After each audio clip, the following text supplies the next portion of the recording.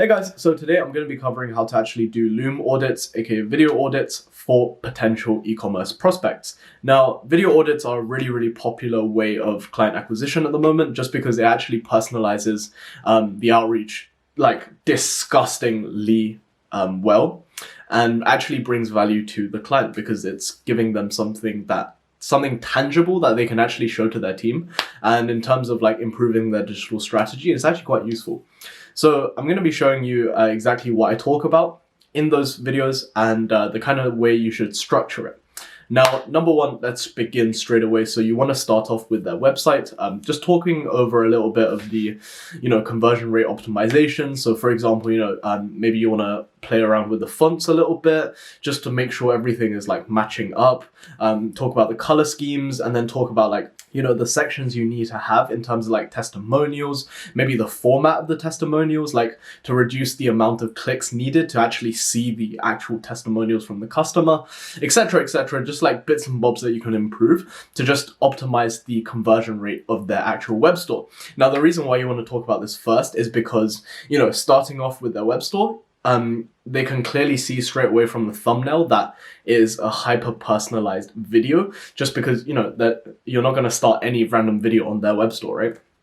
So afterwards, you want to go to their ads library on Facebook and then just run through like what in terms of like ads, what they could do better, and kind of predict, for example, you see like a testimonial ad that should normally be like middle or bottom of funnel. So you could just talk about like, okay, so I can clearly see that you're probably running retargeting ads based off of these creatives.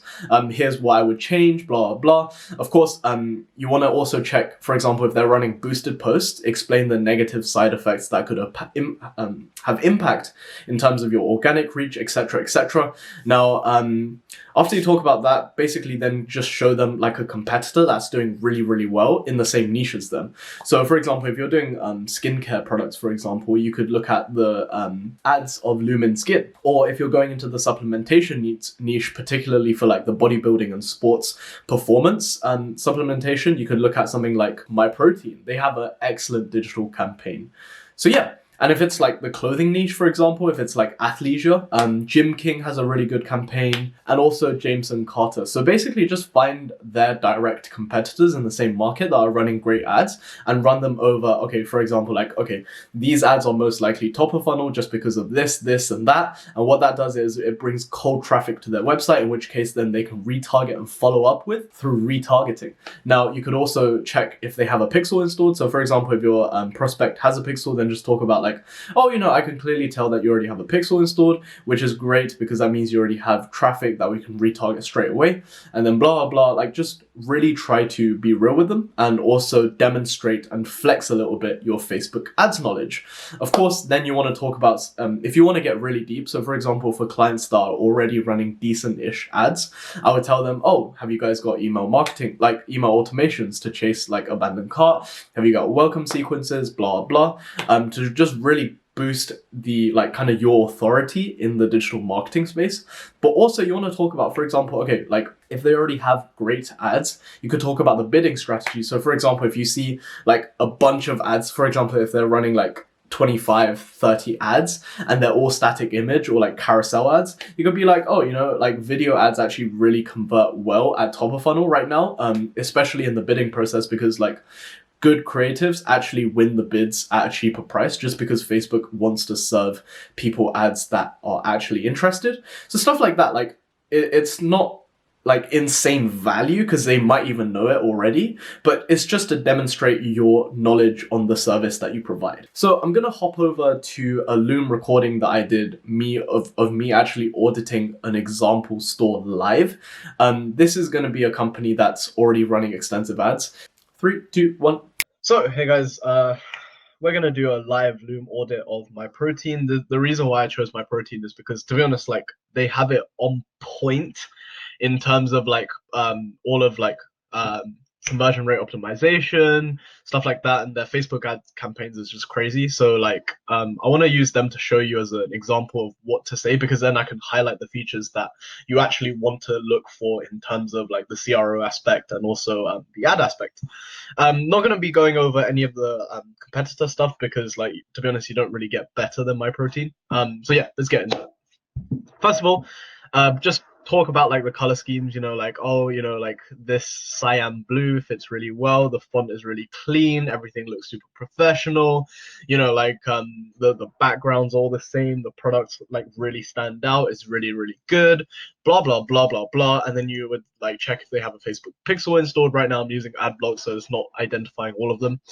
But anyways, yeah, you just kind of want to look at what they're doing with their kind of products, and then as you can see, like there's sales everywhere, which is really good because it just triggers impulse buys. Now scroll down here, there's like a little carousel or like a product display thing. The only thing I would do different, oh, they also have the certification. So these are all the signs that you want to talk about when it comes to picking apart the conversion rate optimizations. So they have articles here, which is like value posts or whatever. One thing I would say, for regular e-commerce brands, you want to have some form of like testimonials. But obviously, MyProtein just doesn't need that because like they've established themselves as such like an industry leader that, past a certain point, you don't need to have Bob, Susan, and Dave to tell you like, oh, this product is amazing. So yeah, that would be it for the CRO side of things, and you would just maybe even go onto their product pages a little bit. But obviously, I'm not going to do that here just because it's going to take too long. But anyways, you want to then go talk about like the Facebook and the Instagram strategy. So, just go onto their Instagram and just be like, point out a few things. So for example, I know MyProtein does a lot of like influencer marketing. So that's definitely one point I would bring up. So I could just be like, oh, I can clearly see here you're working with influencers, blah, blah. Just build up some more brand awareness, and not brand awareness, sorry. Like just basically just compliment them or tell them like, oh, maybe you should consider some value posts, switch up the videos a little bit, because videos videos were outperforming pictures last year, but now like static images are getting back to what Instagram is more about.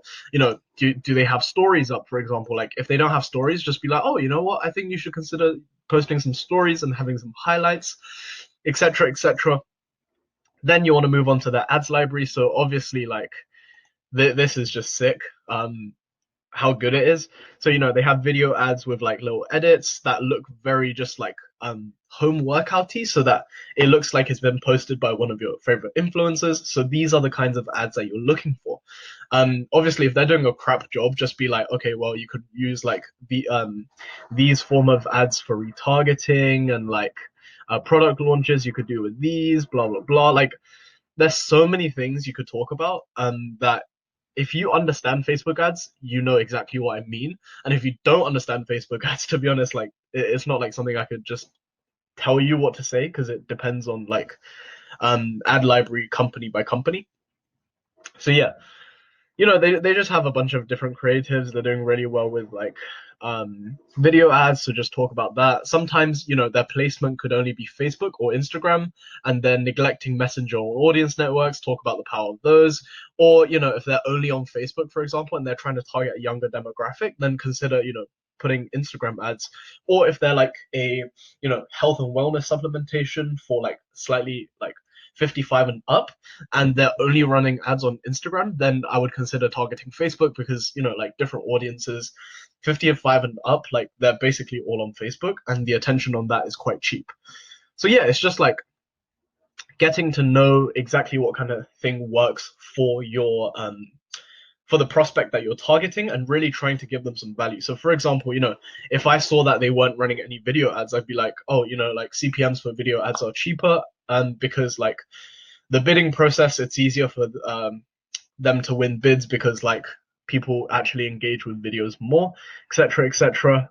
So yeah, as you can see here, like they're not really running any carousel ads, so maybe suggest to them, you should consider running some carousels or whatever. Yeah, that's it. So yeah, back to the main video. And we're back. So now you actually know how to actually make the Loom audits. Here's what you need to do to make sure that they actually get opened. So personally, I only ever do Loom audits for warm leads. So for example, when leads, open your email 70 billion times and then click the scheduler 100 times, and then you just know that they're incredibly interested and you want to push them over the edge in terms of booking in that meeting with you. So to do that, you obviously look at the stats from the email tracking software you have and then just make the looms accordingly. So warm looms have an open rate of roughly 60 to 80%, which is much, much higher because cold looms have only got an open rate of roughly 35-ish%, depending on how good your email copy is and how much you actually are able to convey the value of them. So yeah. Also, next, if you're going to if you're going to send looms cold or warm, make sure you have a follow-up sequence to maximize the chances, of the loom actually being watched. Because one loom, honestly, it takes about 10 to 15 minutes to make, sometimes longer if it's a client that you could go really in depth with. So it's just it's not worth your time making 100 of those when you can get twice the amount of opens by making only 30 to warm leads. So yeah, I hope you guys bear that in mind. If you have found this video useful, drop it a like, leave a comment, any questions you have, follow me on my Instagram right here, and I'll see you guys on Wednesday's video. Have a good day, guys.